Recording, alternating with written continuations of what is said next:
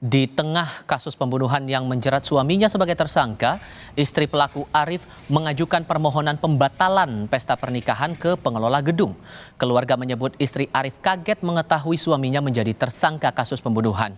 Keluarga mengaku tidak banyak mengetahui latar belakang dari Arif karena selama ini tersangka tinggal jauh dari istrinya di Tangerang.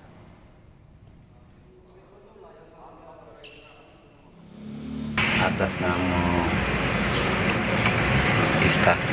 Lista ya suami istri, cuman Lista ini sebagai korban awal.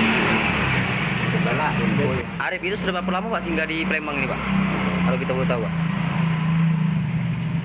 terjadinya penangkapan Arif ini baru 1 hari dia tinggal di Palembang. Itulah info yang kita dapat. Pak, ini bukan orang sini ya di Arif itu Pak? Arif Bukan warga sini? Bukan. Kalau Arif ini warga Tangerang.